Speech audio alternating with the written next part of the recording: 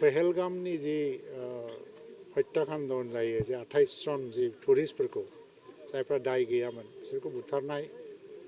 आरो जि पाकिस्तानजों मदद होजानाय सन्त्रासबादिफ्रा बुथारदों होननानै दा प्रमाण जाबाय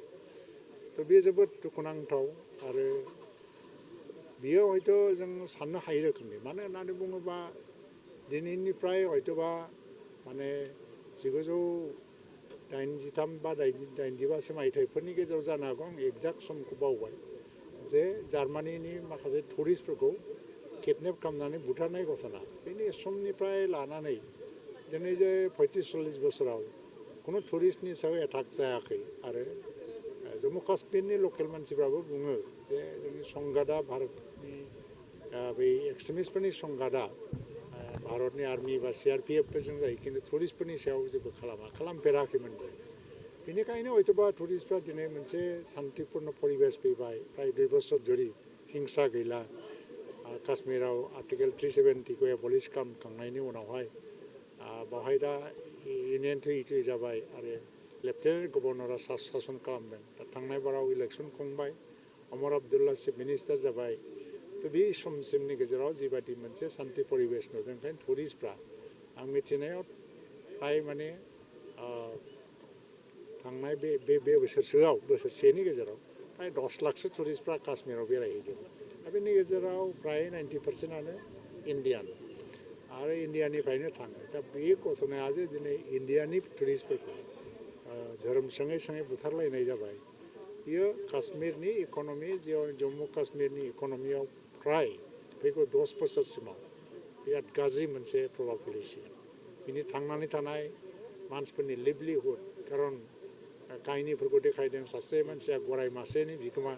आरो बेजों सानसेयाव बियो 4-5 हाजार खामायो आरो मास मोनसे खामानि मावबानो सारा बोसोरनि माने इनकामा फैयो थ' खुनु काश्मीरी मानसिफ्रा बे जाथायखौ मोजां मोनाखै आरो ओंखायनो बिसोर दिनै प्रटेस्ट खालामदों खारन काश्मीरी मानसिफोरनि उदैयाव जि जोना होनाय बायदि जादों बिसोर जिजों माने थांनानै थायो बे थांनानै थानाय लामाखौनो बन्द' खालामबाय ओंखायनो बिसोर काश्मीरीफोरनिबो फ्रेन्ड नङा दे are not the friend of Kashmiri they are enemy खारन बिसोर काश्मीराव गन्दगल लगायनानै भारतबर्षआव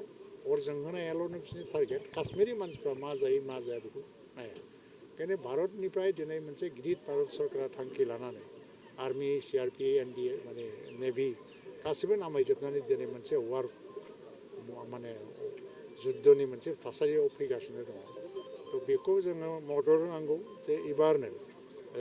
जानो हागौ काश्मीराव आरोबाव बेबायदि जाहाथे निसंस बर्बर हत्याकाण्ड जाहाथे खालामनायनि सुबिदा एक्सट्रिमिस्टफ्रा मोना थ' बेबायदि मोनसे परिबेश भारत सरकारा खालामगोन दिनै मोनसे जुद्धआव नामायबाय बे साक्सेस जादों नाथाय आसामानि सासे सोद्रोमा आमिनुल इस्लाम बिथाङा बे गोरोन्थि बुंदों सासे कनस्टिटिउसननि सिङाव समायखिरा लानाय मानसि आरो पाब्लिकजों इलेक्टेड जानाय मानसि थ' बबेबा मोनसे अर्गानाइजेसननि दैदेनगिरिफ्रा माबा बुङा बे आलादा बाथ्रा सासे MLA संबिधाननि हेंथायै बुंनो नाङा आयेननि हेंथायै बुंनो नाङा ओंखायनो दिनै MLA जायोबाबो बेखौ पुलिसफ्रा दिनैहाय संबिधाननि एगेन्स्टआव बा आयेननि एगेन्स्टआव बाथ्रा बुंनायनि थाखाय एरेस्ट खालामनो गोनां जाबाय बे टटेलि रं